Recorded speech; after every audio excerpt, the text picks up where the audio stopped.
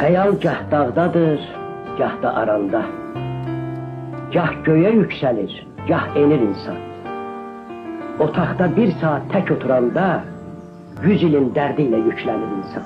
Türk dünyasının büyük şairi, büyük Bəxtiyar Vahabzadənin evindəyik. Hoş gelmişsin. Necəsiniz? Hoş gelmişsin. Çok şükürlər də olsun. Bugün Allah mənə nəsib elədi. Böyük Bəxtiyar Vahabzadənin uşaqlığının keçdiyi ata yurdunu ziyarət etdim.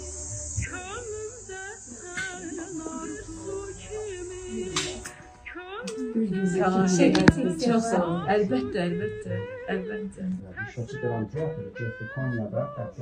Ne kadar ki Azerbaycan halkı var, ne kadar ki Azerbaycan devleti var, ne kadar ki Azerbaycan milleti var, ne kadar ki Türk dünyası var, Bəxtiyar Vahabzadə yaşayacak.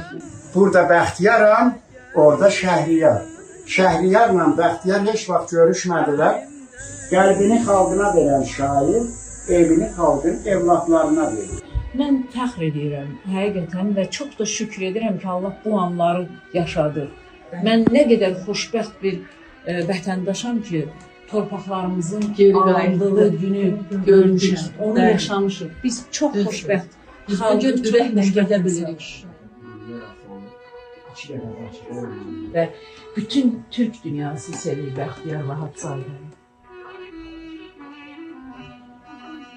Çıxdı ahıllığım mənim o yurtdan, amma uşaqlığım başladı.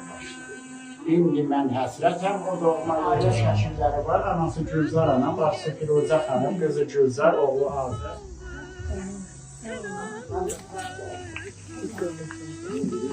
Buradan Bəxtiyar Vahabzadəni ata yurdundan reyhanı yığmaq və ay təşəkkür edirəm və onu belə qoxusunu almaq ayrı bir.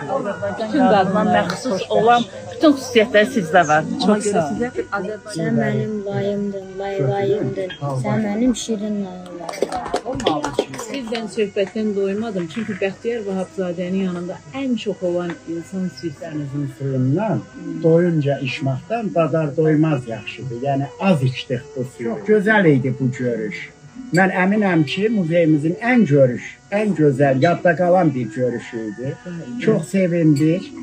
Adınız kimi elə qədəmləriniz də bizim üçün xoş oldu. Ayla arın Qubada özlərinə, özləri kimi əkiz dostlar tapıblar. Tunar və Nigar. 19 ildən sonra Tunarla Nigar dünyaya gəlib. Arda və Arın kimi əkizdilər və ikisi də çox möhtəşəmdilər. Mən bunları çox sevdim. Məncə də. Arıncığım, Ardacığım gəlin bura. Deməli indi artıq sizin Qubada dostlarınız var. Hər yay gələcəksiniz, hə? Hər yay gələcəkdirlər. %1 milyon. Hazır olun ha, Nigar gözləyəcəksiniz yolu. Gəlsin sizə, hə? Tunar gəlsinlər. Gəlsinlər, özü qalacaqlar bir ay. Bir ay qala biləcəksiniz. Olur. Hə, bir ay. Deməli, Challenge'ları severim. necə? Challenge'ları severim. Nəyi sevər bu? Challenge'ləri. Bir saniyə çəkilir.